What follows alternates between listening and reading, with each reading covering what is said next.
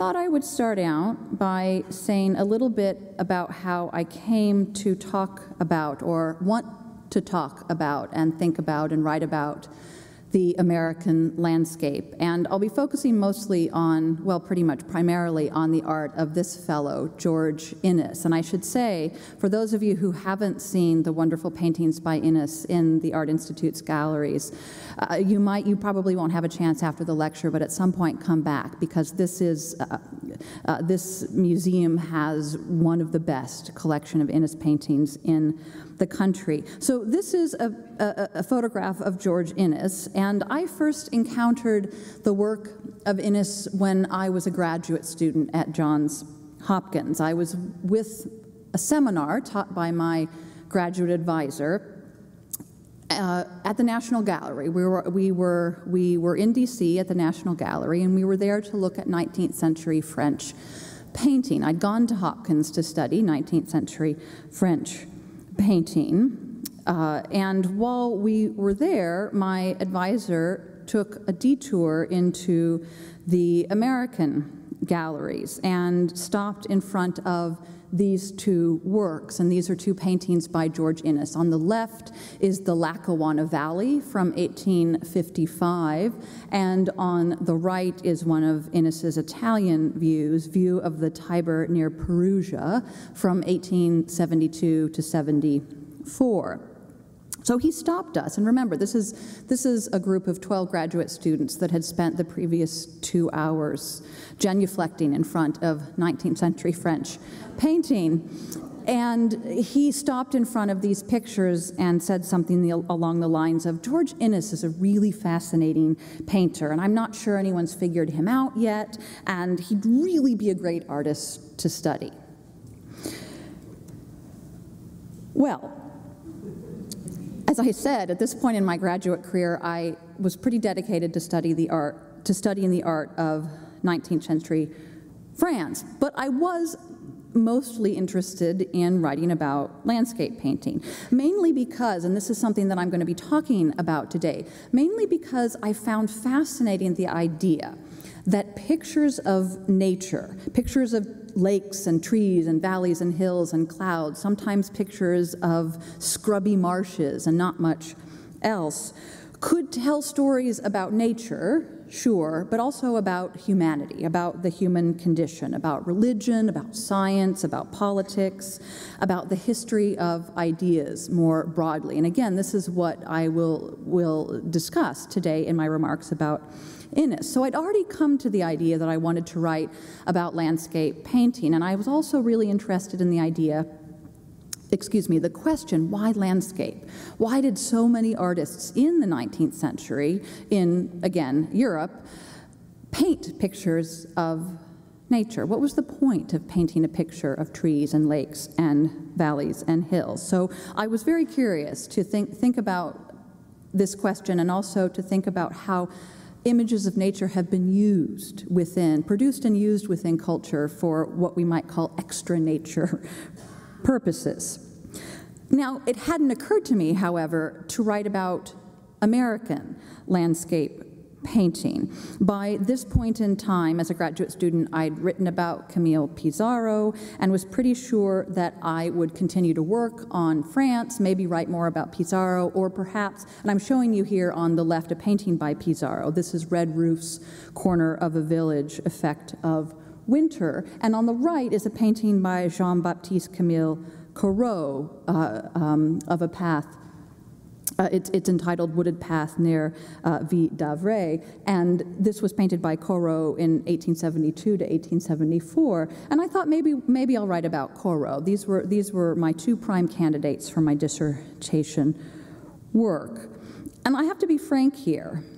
I wasn't quite sure, and here is the Lackawanna Valley again, on the left from 1855, and on the right is another of Inness's Italian scenes, similar to the one that was hanging in the National Gallery on that fateful day. This is Twilight on the Campagna from 1851, and it's at the Philadelphia Museum of Art. It's newly restored. It's quite beautiful.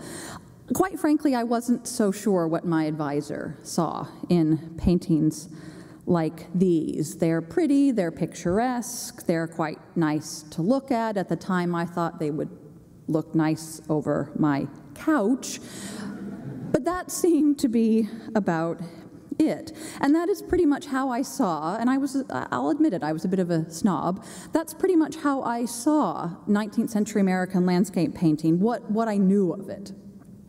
It was quite nice, to be sure, but it couldn't be serious. It wasn't contested like 19th century landscapes were in France. It wasn't about, and I'm thinking about Pissarro, Monet, but also Cézanne. It wasn't about the eye and the mind at work, and it just wasn't, well, French.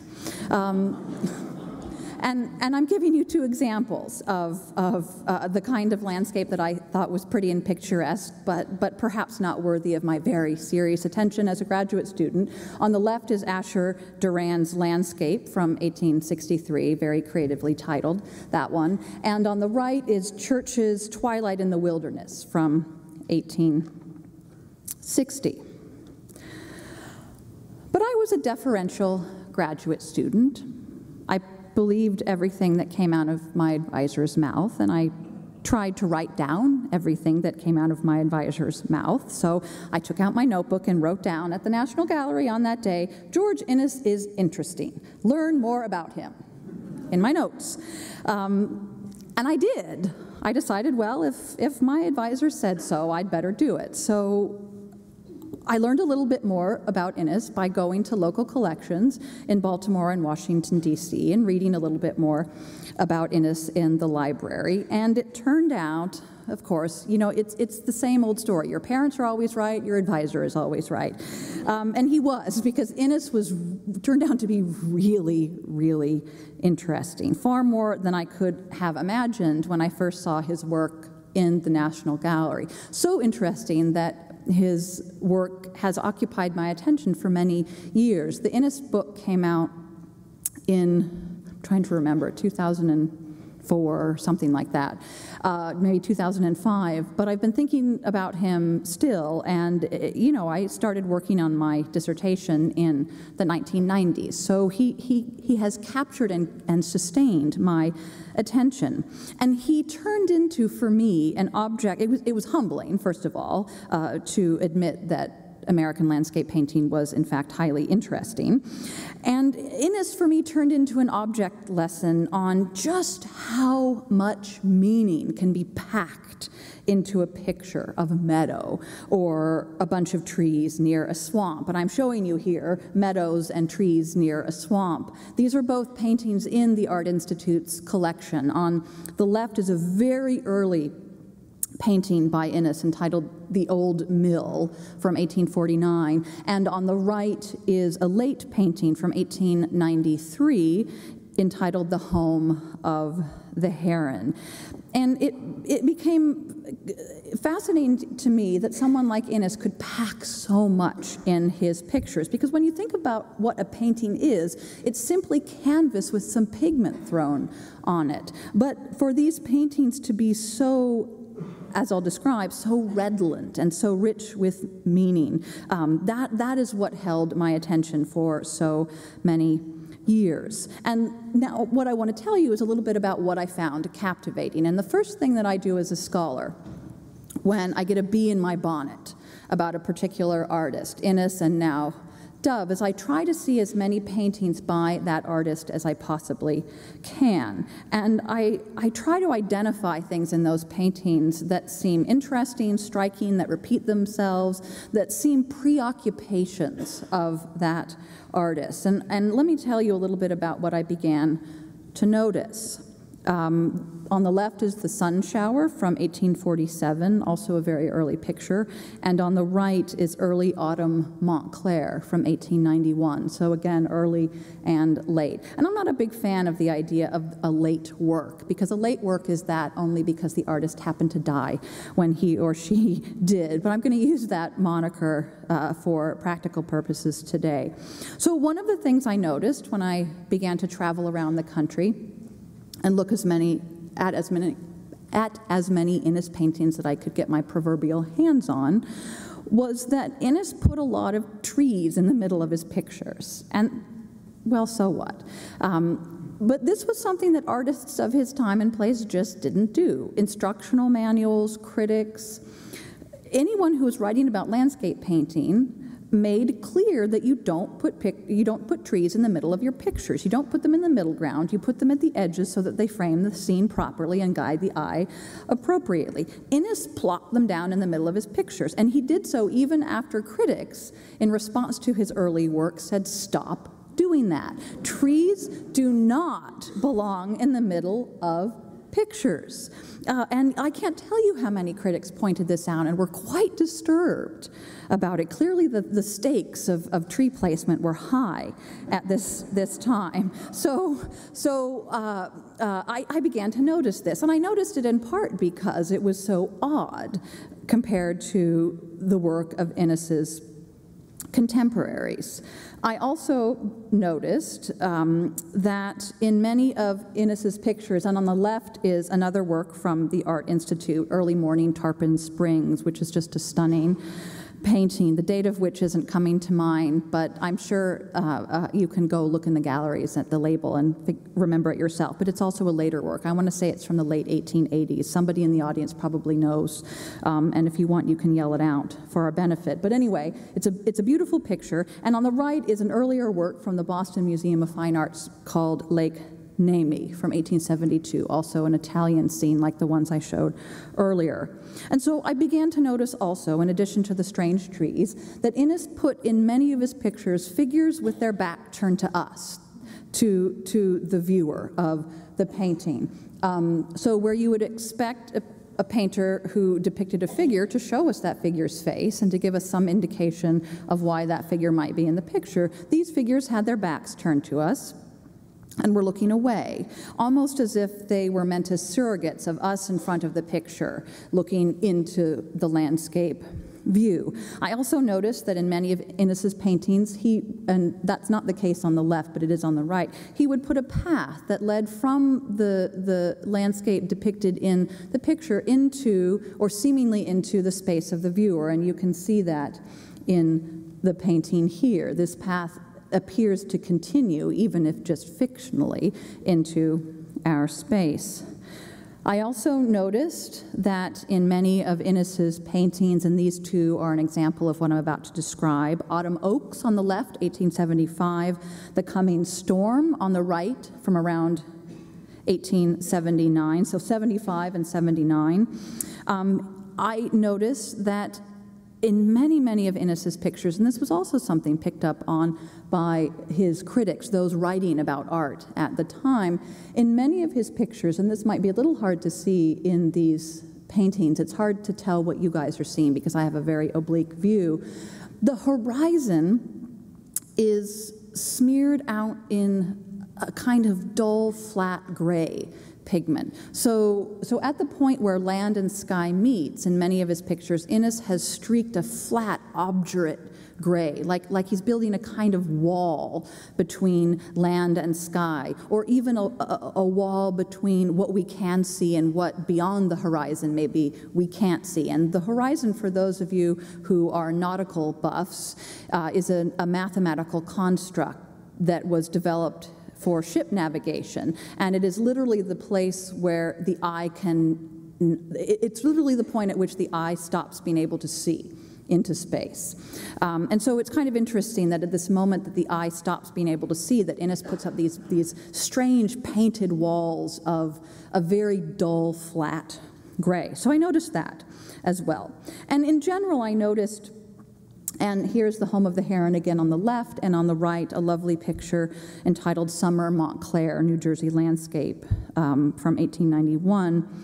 I noticed that throughout his pictures, there were just weird things. The trees, yes, the back-turned figures, the strange gray horizon zones, but space that was collapsed. So if you're in front of the painting, The Home of the Heron in the Art Institute, if you look at it here, you don't get a sense necessarily of three-dimensional space, or a space that you can enter and occupy and walk around in. And this was a major criterion for landscape painting in the 19th century. You were supposed to, as a viewer, be able to imagine yourself in that space, walking around in that space, and enjoying the scene as the landscape painter himself or herself might have. Well, Inness flattens his space. He makes it so that we can't quite imagine walking in and strolling about. He often puts bodies of water that seem to be sliding off the front of his canvases to suggest that the space is unstable and not necessarily supportive of our fictional entrance and traverse. I also noticed that he produced what I would call an aesthetics of entanglement and blur. Paint just went nuts in his pictures. It didn't stick to what it was supposed to depict, so the green paint of trees in the picture on the right would somehow come to designate clouds, and it would scatter off the trees like someone was shaking them and just smatter the sky as if there was a kind of rain of green paint actually taking place in the landscape. Inness took the wrong end of his brush or his fingernails and scraped paint out of his pictures, leaving these strange crevasses and valleys in his foregrounds. And like I said, he just made paint look strange. But by the same token, so there's weird space, weird paint forms that don't look like they're supposed to, a tree that bleeds into a hill, that bleeds into a cloud. These things just didn't follow the rules. But paradoxically, there's also, in picture after picture, a sense of order or regimentation, a kind of repeated structure or pattern in these pictures. And you'll notice here, and this happens throughout Inness's pictures, especially in the second half of his career, they're divided in half horizontally, one after the other picture. And when I was bold enough, I would take out a measuring tape in galleries or in vaults and measure them. This was when, I shouldn't admit this in front of a museum audience, but this was when the guards weren't looking. And in some cases, in many cases, the measurement of the landscape lower half and the sky upper half is exactly the same. It's as if Inness himself measured it because he wanted those two halves to be identical. And he would also divide his pictures in half or divide them, at least in some kind of logical seeming fashion, vertically. And you'll see that happening in the Home of the Heron, where that yellow streak of what seems to be the sun divides the picture into two vertical parts. And the same goes for the picture on the right, where you have a kind of green half and a not green half. And this sense, and this happens over and over again, where horizon lines and trees produce pictures that seem very methodically, even obsessively organized, as if Inness is in his studio or was in his studio with a ruler and pieces of pictures, setting them just so, like puzzle pieces. And this was really interesting to me because on the one hand I had crazy paint, and on the other hand I had this weird sense of order. And I also had, and this is something those of you who have seen the pictures in the galleries have noticed, I also had vivid, vital color. The color in Inness's pictures, it can be lurid, it's bright in some cases. And that's the case in the picture on the left called Sunny Autumn Day from 1892. And you can see it less so in the picture on the right, which is called October Noon from 1891.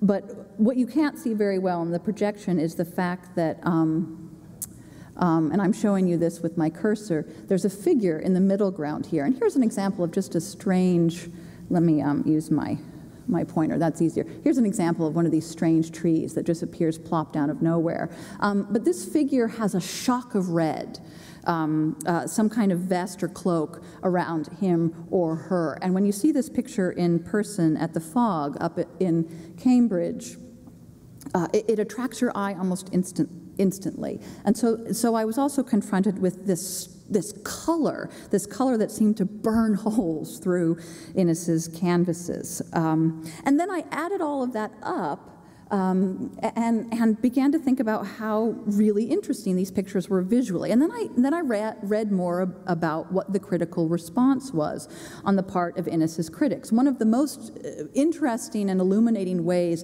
to figure out what pictures meant to their original viewers. We can say anything we want about these pictures. We have license to say, well, that's about pink elephants landing on the moon, and fine, but that's not exactly a historical exercise, right? So one of the things that I do is I go back in time and I try to see these things through the eyes of their original viewers. And one of the things I do to do that is to read the critical record. I read what people said about paintings like these at the time they were made. And what I discovered was it wasn't just me who thought his pictures were odd. The people who viewed them first, for whom they were made, thought they were strange as well. And this is interesting to me because they look so tame to our eyes today. Like I said, they're pretty, they're picturesque, they're lovely. Inness is really interesting, but I would still want a picture of his above my couch. I'll never be able to afford that, but it would be nice. They're quite beautiful, and you always see at this museum and at other museums with Inness holdings, people just looking almost enraptured at his pictures. But it was considered, these paintings were considered downright strange by the people who were looking at them in the 19th century. And I'm going to read you a list of adjectives that appear in the critical record to give you a sense of this. And these are quotes. These are words taken from people writing beginning in the 1840s through the 1890s about his pictures. Strange, impossible, tormented, unthinkable, incomprehensible, odd, meaningless, unreal, perplexing. One critic said that these are pictures of the sort that won't be understood by ordinary people. Another critic said that Inness can't be quite right in his mind. Another critic, a third, said that his color, remember I talked a minute ago about the color, his color was arsenical. Now, I don't think that's really a word, but arsenical, I'm assuming, means it has the qualities of arsenic, which is a poison. So this critic was essentially calling Inness's pictures poisonous. And here you're seeing Saco Ford Conway Meadows from 1876 and Spring Blossoms, Montclair from 1891. And I'm showing you a lot of pictures so you get a sense of what Inness's body of work looked like. I'll read what another critic wrote. And I'm citing a lot of these responses because I really do want you to understand that it wasn't just in a few cases that critics said, holy moly, it was all over the place. So Edgar Fawcett wrote, the 19th century names are great. Edgar Fawcett wrote, "Sometimes Mr. Inness aspires to the plainly impossible. He shows himself tormented with visions that are not realizable through any naturalistic medium. He succeeds notably in effects of surpassing weirdness." Another critic said, Inness throws a strangeness into nature's ordinary aspects. And finally, it is not often that Inness paints a picture, I've already paraphrased part of this, it is not often that Inness paints a picture that can be understood by ordinary people. His trees are uncouth and distasteful, his clouds are strange and unreal, and I wish, said the critic, that this artist would leave off painting nightmares. Now, this is really interesting because we wouldn't call these pictures nightmarish, poisonous, tormented, unthinkable, impossible, perplexing, made by an artist not quite right in his mind. But their viewers did, and one has to, as a scholar and a historian, take these viewers at their word.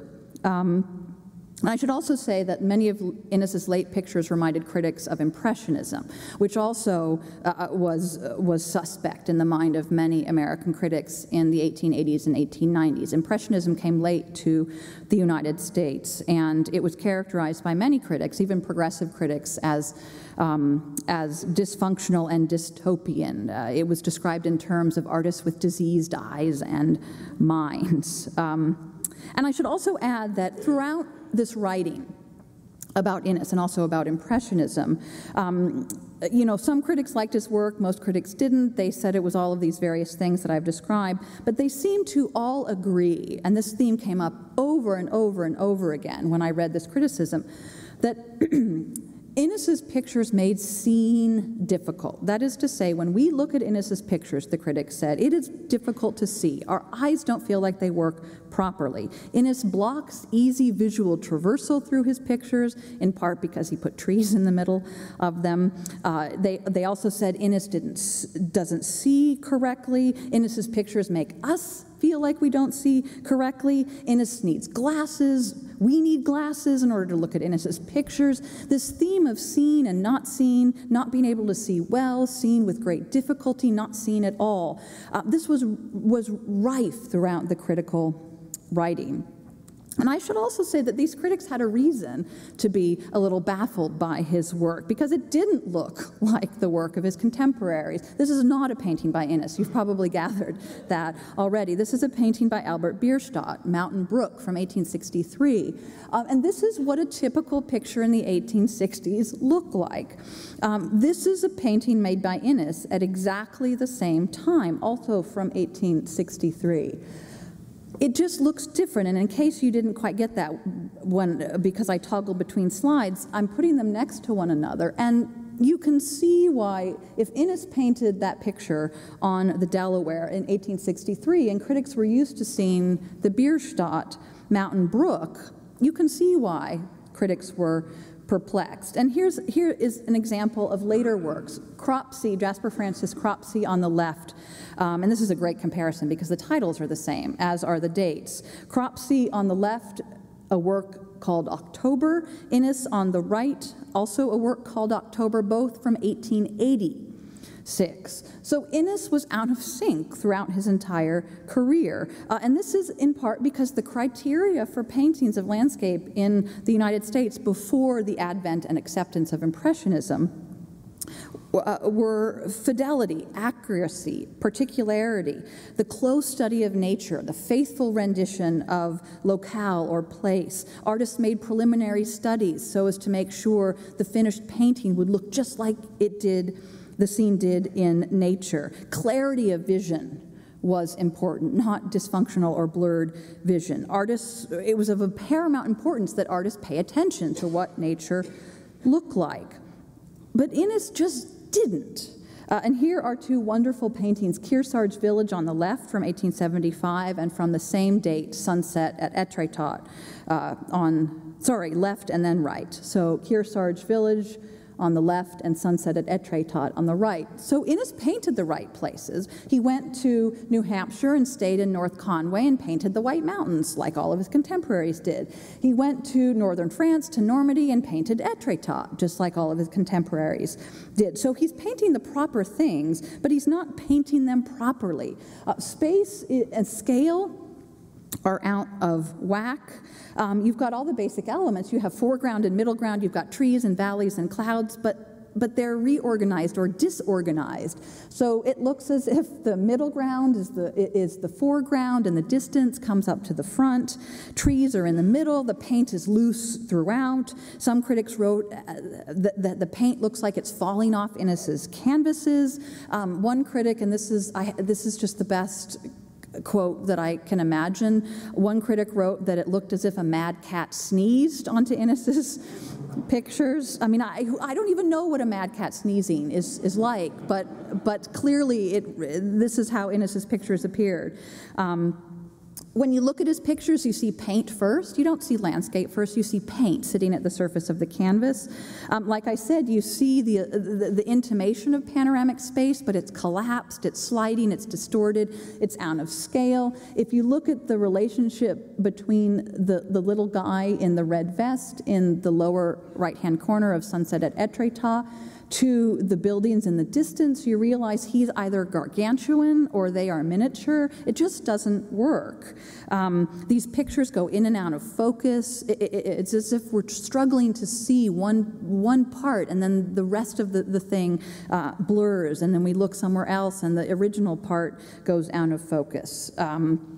The things that seem like they should be important, the figures, the buildings, are rendered blurry, whereas things in the far distance are rendered in sharp outline. And as I said, there are these shocks of color. When you look at Sunset at Etretat in person, that red in the horizon zone, which is accompanied by these strips of blunt obdurate gray, it really feels as if it's searing the eye, as if you make your way through this strange, blurry, out-of-focus picture, and instead of a reward, you get socked. And that's, in a sense, what the critics were experiencing in front of his pictures. And I'm just going to show you two more to make my point. I mean, these are odd pictures for their time and place. On the left is landscape with trees from 1886, which is in Santa Barbara, and on the right is a painting from the Art Institute's collection, The Mill Pond, from 1889. So my task was this: to answer the very simple but not at all straightforward question, why? Why make such odd pictures, and why did critics experience them as so odd and so strange, as poisonous and tormented and subject to the sneezes of mad cats? And why was, for Inness's critics, seeing so much at stake? I mean, it would be one thing to say these paintings are ugly. Inness doesn't know how to paint, but over and over again they associated his pictures with some form of vision, with perception. Why was perception so much at stake? And so I set about answering these questions, and here's what I learned. I learned that Inness painted from memory, which was kind of a no-no at the time. Not so much in Europe. Corot painted from memory, and Corot was Inness's favorite painter, so he probably got the idea from Corot. But Inness painted from memory. He didn't go out into nature and sketch and then attempt to reproduce what he'd seen. He just let himself be in the world, and he would go into his studio on a regular basis and just paint his memories of the landscape. He didn't base them on sketches. He didn't base them on actual places. There's a great story that describes a potential buyer visiting him in his studio and saying, "Oh, Mr. Inness, where is that scene that you're showing us?" And Inness answered, "Ma'am, I do not illustrate guidebooks." So he painted from memory. He took years to finish some of his pictures. He was known to go to buyers' homes and pull the pictures off the wall and touch them up. Sometimes he did that. Sometimes he would paint an entirely new scene over a picture that somebody had bought. And there's a wonderful story. Yeah. There's a wonderful story of a collector saying, I began with a summer meadow scene, and I wound up with a winterscape. And that's, Inness did that. He would repaint his pictures. Some of his pictures are repainted so much that when you look at them under ultraviolet light, or if you X-radiograph them, you can see 10 or sometimes 20 different layers, and sometimes 20 separate pictures, because he just couldn't stop painting. I also learned that he was absolutely invested in the science of his day, and particularly preoccupied with the new science of seeing at the time. So the 19th century, especially the second half, was a historical moment when all sorts of new discoveries were made about human perceptual capacity, including the discovery that human vision was subjective. It was impinged on by memory, by experience. I could look at that chair and see something different than you looking at that chair, because eyes didn't necessarily record objective appearance, because they were situated in bodies and controlled by minds that were different among individuals. And this pretty much rocked the world of people who believed that what they were seeing was actually there. The idea that vision was subjective and we might be seeing things individually and subjectively was we all know this. This is accepted now, but it was quite alien and even disturbing at the time. But Inness was thick into this new information about perception. He followed it very closely. We know that he read many of these books, including hardcore scientific books. He, in fact, wrote a manuscript entitled The Mathematics of Psychology long lost. I would love to get my hands on it, but we know that it was about, well, the mathematics of psychology. And I'll say a little bit more about mathematics in a moment. He also felt that human seeing was utterly insufficient. He talked often about how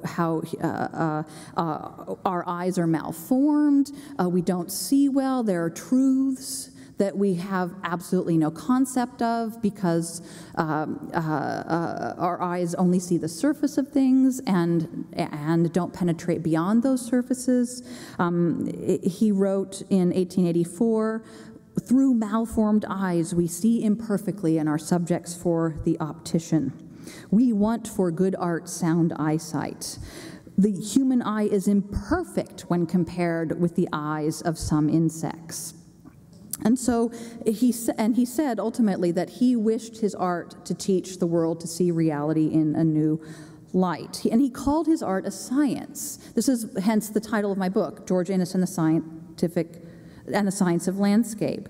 And he said that his aim was not just to teach the world to see reality in a new light because the world didn't see properly, but to do so through finding in painting a scientific formula of the subjective of nature. Those were his words. And he said that the science of geometry was the only means to abstract truth. So Sunset at Étretat there and Home at Montclair, 1892, just to give you a sense, again, of his body of work. The Coming Storm, 1879, Niagara, 1889. And he also said that any painting must begin. So when you are an artist and you set out to paint a picture, you must begin at the horizon zone. Your picture starts at the horizon zone. And this is what he said about the horizon zone. He said,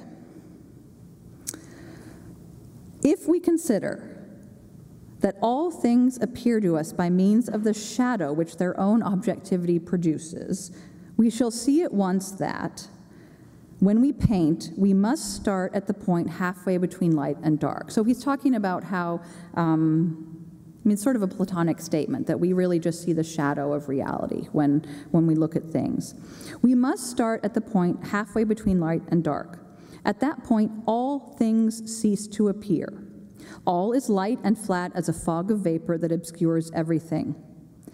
In nature, we find that the horizon is where all things cease to appear. The horizon, therefore, is that where the artist must start when he produces a representation. So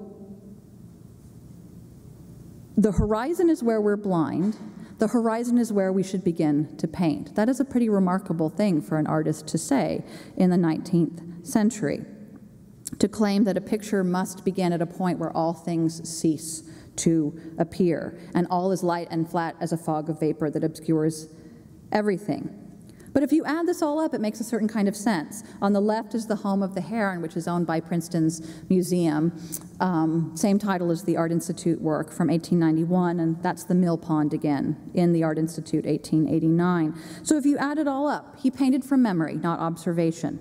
One thing I forgot to mention, that he was a member of the Swedenborgian Church, and he was less a devotee of the Swedenborgian religion and more than he was interested in Swedenborg's philosophy. Swedenborg was an 18th century scientist and mystic who produced a magnum opus called Arcana Coelestia, Secrets of Heaven, in which he described ancient times as being populated by men and women of the most ancient church who had a vision akin to angels, and that interpreting the Bible, so any exercise of exegesis, of biblical interpretation, was like archaeology, mining the text for evidence of this primordial, primal but utterly profound vision that has been lost over time.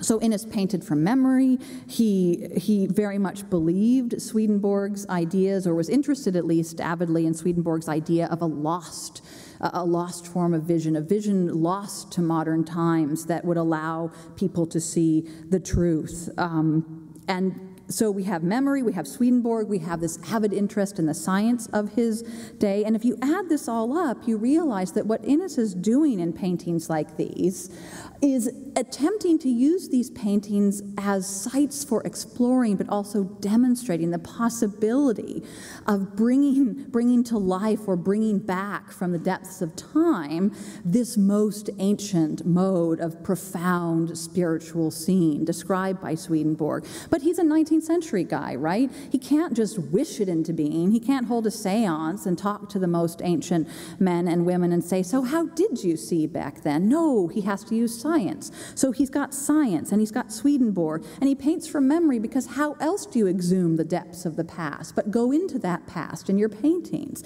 You paint from memory as a kind of figure for the work it would take to exhume and resurrect this form of most ancient scene. And you paint layer over layer over layer, and you entangle your paint, and you make your canvases muddled, and you bring them in and out of focus, and you make people think that you are tormented, or that you wish to torment your viewers precisely because you want to figure the struggle that it would take to find this most ancient vision, to slough off modern scene, to get rid of these malformed eyes and go back to a mode of seeing akin to angelic, even godlike sight.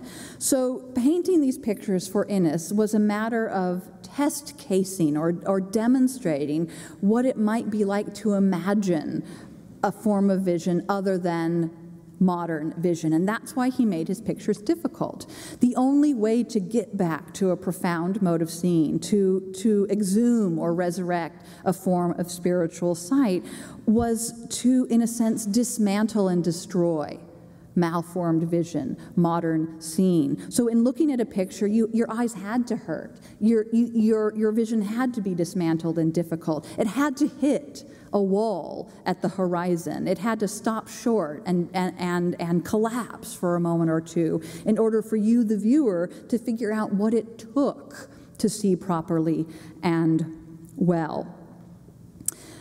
So in a sense, Inness's viewers were right to be tormented, to be perplexed, to be baffled, to find his pictures difficult, because Inness wished for them to be all of these things, because only through difficulty and blindness would one come into profound and spiritual sight. And mathematics and geometry, which would seem to run counter to the making blind and tormented one's viewer, well, Swedenborg discussed, and Swedenborg's writings are really wonderful and wacky, which is why I like them, but he described how mathematics, and remember, Inness said geometry was the only means to abstract truth. Swedenborg described how certain geometric figures and certain mathematical formulas could actually represent in visual form spiritual scene. And I know it sounds crazy, but here you have Inness, who wants to figure spiritual scene in his pictures, being told by Swedenborg that somehow geometric figures as a kind of abstract notational system might represent a sort of universal vision. Why not regiment your pictures? Why not divide them in half horizontally and vertically? Why not make trees proceed across their horizons as in the home of the heron, like a geometrical series? Why not, in a sense, geometricize blindness in order to figure spiritual scene? So it turns out that Inness's pictures are really, really interesting. They'll look good over my couch, but they're so much more rich than mere wall dressing. They're about their moment, they're about science, they're about religion, they're about the human condition, they're about this coming together of the spiritual and the scientific in the 19th century. And they are, again, about the struggle of an artist to truly see. And he failed. He absolutely failed, because, of course, these pictures don't allow us to see like a god. If they did, I'd probably be elsewhere right now. And he acknowledged this. He said, you know, after all, we are limited as humans to paint. Maybe, after we get to heaven, we shall find some other medium with which to express our thoughts on canvas. In the meantime, I'm afraid the canvases never will be done. So he painted and repainted because he knew only death would allow him to see as he wished to. And this is, again, a pretty radical thing for someone of this moment to say. Blindness and death are the only things that will make A, for good landscape painting, and B, for good vision. And it makes you wonder then, and I'll close with this remark, it makes you wonder then how much more complex pictures like these, not by Inness, might be if you dug around a little and put aside the standard narrative, which is these are artists trying to depict what the Americans' landscape look like. It seems to me they were probably doing something much more interesting than that. Thomas Cole's lake scene at the top there from 1844, John Frederick Kensett's Lake George from 1869, and two of my absolute favorites by one of my absolute favorite artists about whom I hope to write one day, Martin Johnson Head's The Approaching Thunderstorm from 1859 on the top, and a work in the Terra collection on the bottom there, Newburyport Marsh's Approaching Storm from 1871. So thinking about Inness and realizing how complicated Inness actually was and how interesting his pictures wound up being makes me, and hopefully now makes you, wonder what we might find if we walk around in pictures for a while like these. Thank you.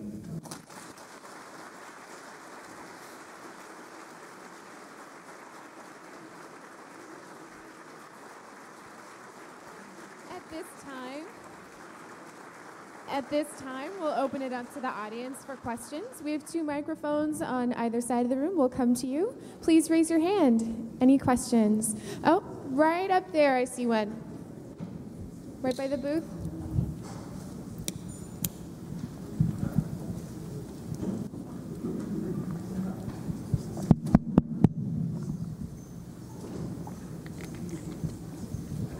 We know that the artist Thomas Eakins did lots of preliminary studies for dividing the canvas. I'm curious whether you have found anything that indicates that Inness likewise did mathematical calculations on canvases, perhaps with something like the golden mean, or something else that goes back in history to the basis of beauty, rather than simply doing all this instinctively. That's a great question, and I'm afraid I'm going to have to answer no. One would expect to find Eakins-like drawings and grids and mappings out of this space, but for Inness, it does seem to have been intuitive. Now, getting one's hands on this manuscript called The Mathematics of Psychology, which he was known to have written, would help me figure out exactly what his process was. I'm pretty sure the manuscript burned in a fire, so I don't have high hopes. But for him, I do think it was a kind of intuitive mapping.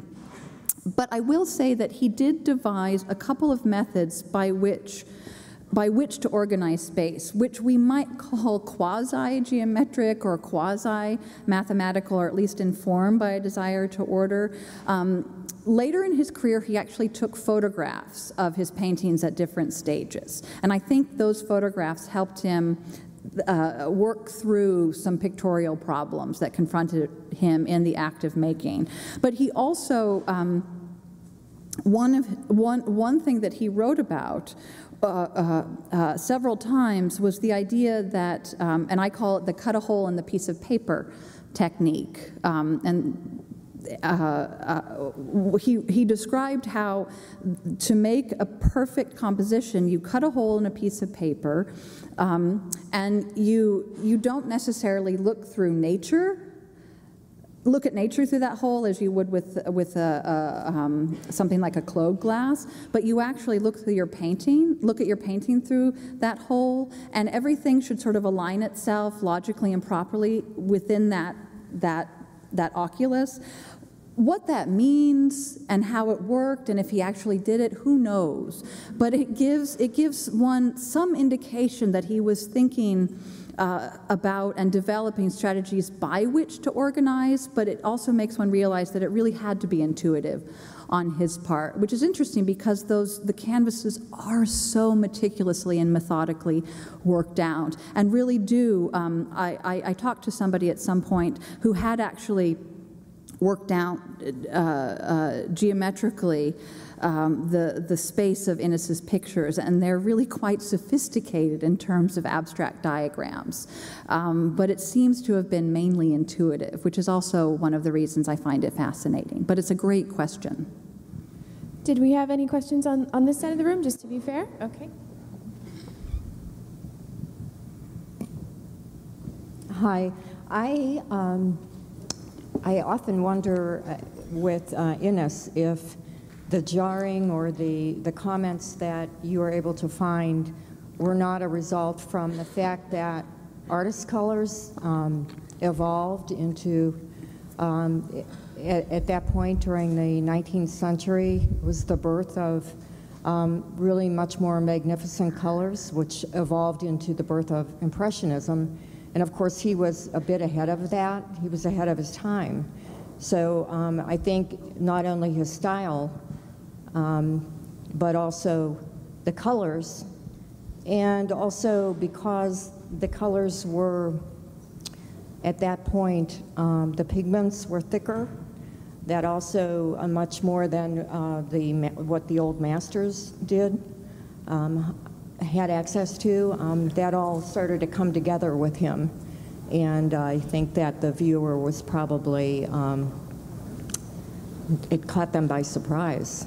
Yeah, I don't need to add much to that because you're absolutely right. I think it did catch viewers by surprise. I will also say that Inness, in some instances, you mentioned the old masters. The old masters usually put a dark underground on the canvas on top of which they built up the composition. Inness did that in some cases, but in many cases, as did the Impressionists, he built up his compositions on a white ground, which made his colors all the more vivid and all the more striking, so that contributed to precisely the effect you're describing, absolutely. Thank you. And there's one, and we have one more question right down here.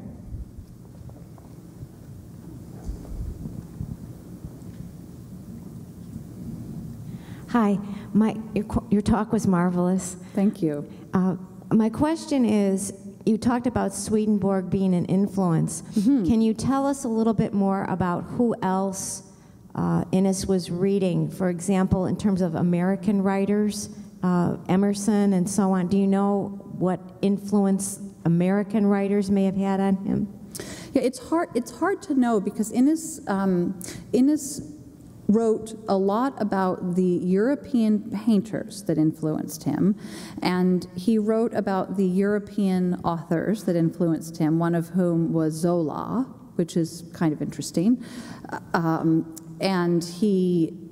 But he didn't say a whole lot about American painters, and he said next to nothing about American authors. However, that doesn't mean he didn't read American authors and that one can't speculate. And I am pretty convinced that he had to have been reading Emerson, for one. So I'm glad that you mentioned Emerson, because there is so much overlap and resonance between what Emerson is thinking about a little bit earlier in time, at least by the time Inness is painting these so-called late works, and what Inness is doing in his pictures. One resonance is their mutual interest in the idea of a universal language, a form of speech that can be instantly understood by all people everywhere, which is one of the things I think Inness was aiming for. I think instantaneous comprehension for him was a mark or a quality of this most ancient mode of perception, because as Swedenborg described it, not only was the most ancient form of seeing, this profound form of sight, a perceptual mode, it was also the way that the most members of the most ancient church communicated. So that speech was actually a form of vision, and Emerson, in some of his writings, describes this kind of interaction. The most famous passage is crossing a bare common, I am a transparent eyeball, et cetera, et cetera. I also think Thoreau must be in there somewhere, because you can't be Inness and not have read Thoreau having an existential moment on the top of Mount Katahdin. That's got to be in there somewhere. So I think there's not a whole lot of evidence, but I think that if nothing else, transcendentalism was something that that exerted a serious influence over Inness. I should also mention that Inness, for a time, lived at a former utopian community, and hung out with William Page, who was a member of the Swedenborgian Church, but also an artist who was invested in the idea of the utopian community. So I think that Inness would have had to encounter the transcendentalists, and this would include someone like Margaret Fuller as well. It's just hard to say exactly what he read and when, because as with some artists, we don't have a library, by which I mean we don't have the books that Inness had in his house that he read in our possession. It's just not something, it's not knowledge that is in our possession. But again, one can speculate. Mm-hmm. And I'm afraid that's all the time we have for today. Thank you all very much for coming. Thank you. Thank you, Rachel.